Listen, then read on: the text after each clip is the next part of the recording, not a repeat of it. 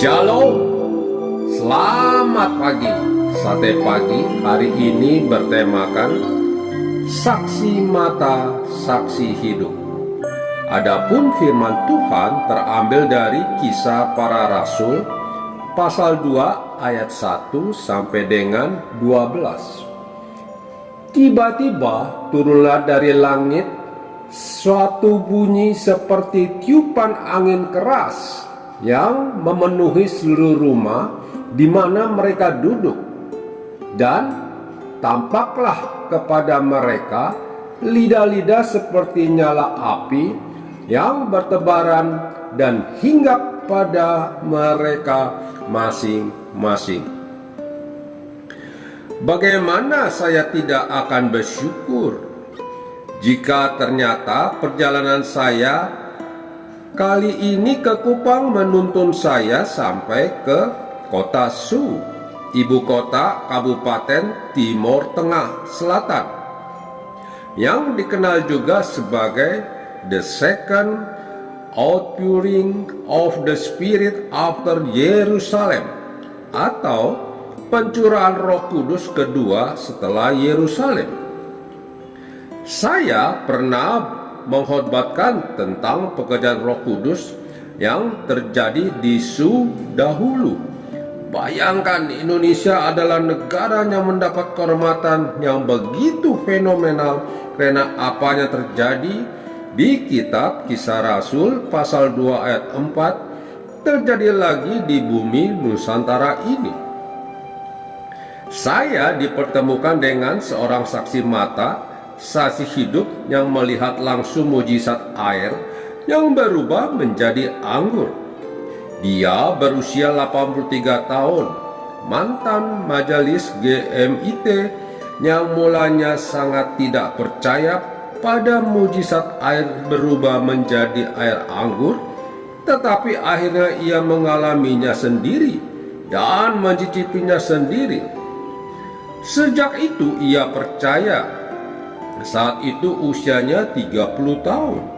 Mujizat tersebut terjadi selama kurun waktu 2-3 tahun. Tahun 1968 sampai 1970. Lalu sekali lagi terjadi pada tahun 1992 dengan liputan laporan khusus dengan foto dan laporan resmi karena melibatkan banyak saksi dan pimpinan gereja sendiri. Setelah 3 jam naik kendaraan, kami tiba di kota Su. Lumayan dingin seperti puncak. Saya sudah tidak sadar ingin melihat gereja yang pernah saya khobatkan. Gereja ini adalah gereja Masehi Injili di Timor, sebuah gereja Protestan. Dan saat pencurahan Roh Kudus tahun 1965, sebenarnya ada satu gereja Pentakosta di situ. Gereja Pentakosta justru adalah gereja yang percaya dan mempraktikkan semua manifestasi pencurahan Roh Kudus. Akan tetapi kegerakan Roh Kudus yang fenomenal itu justru terjadi di gereja Protestan. Apa yang terjadi di Su dimulai dari kerinduan misi yang dalam untuk pergi memberitakan kabar baik.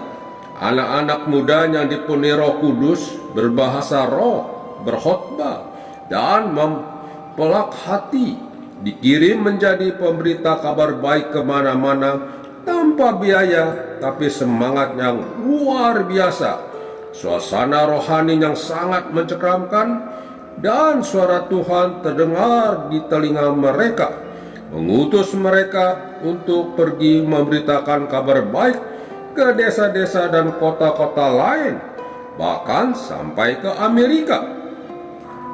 Mujizat kesembuhan penglihatan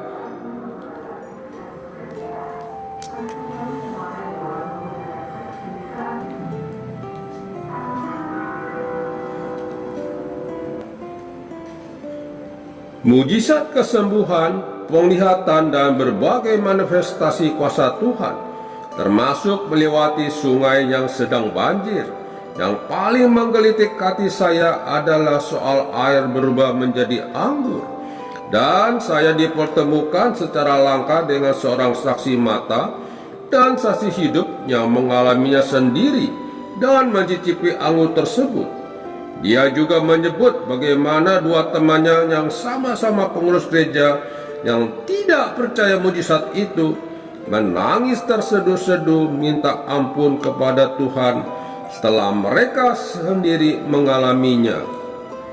Percayalah, Tuhan akan menyertai tugas pemberitaan kabar baik dengan tanda-tanda dan mujizat seperti yang Dia janjikan pada Markus pasal 16 ayat 15 sampai dengan 20.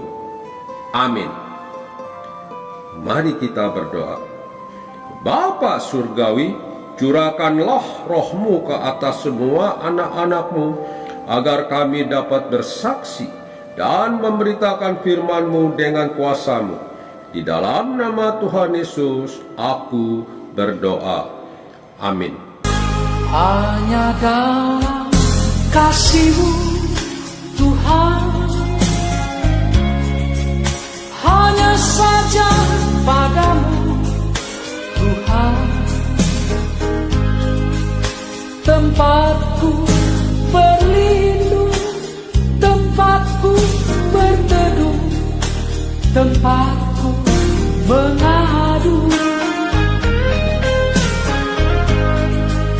Hanya dalam kuasa-Mu, Tuhan, hanya saja nama-Mu, Tuhan, tempatku memohon, tempatku meminta, tempatku berdoa.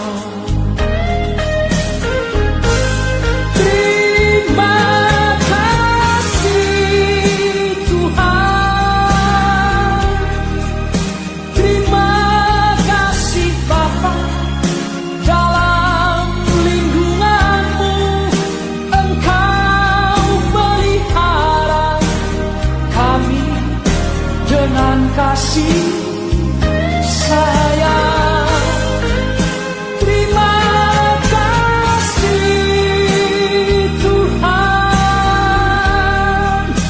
terima kasih Bapa. Dalam kegelapanku Engkau menuntunku dengan penuh kasih sayang.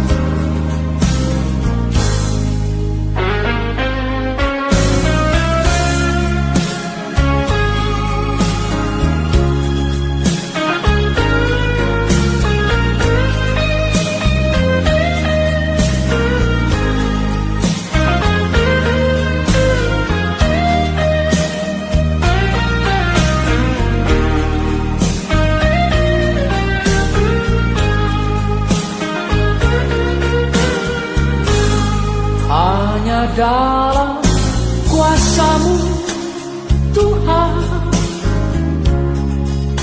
hanya saja nama-Mu, Tuhan, tempatku memohon, tempatku meminta, tempatku berdoa.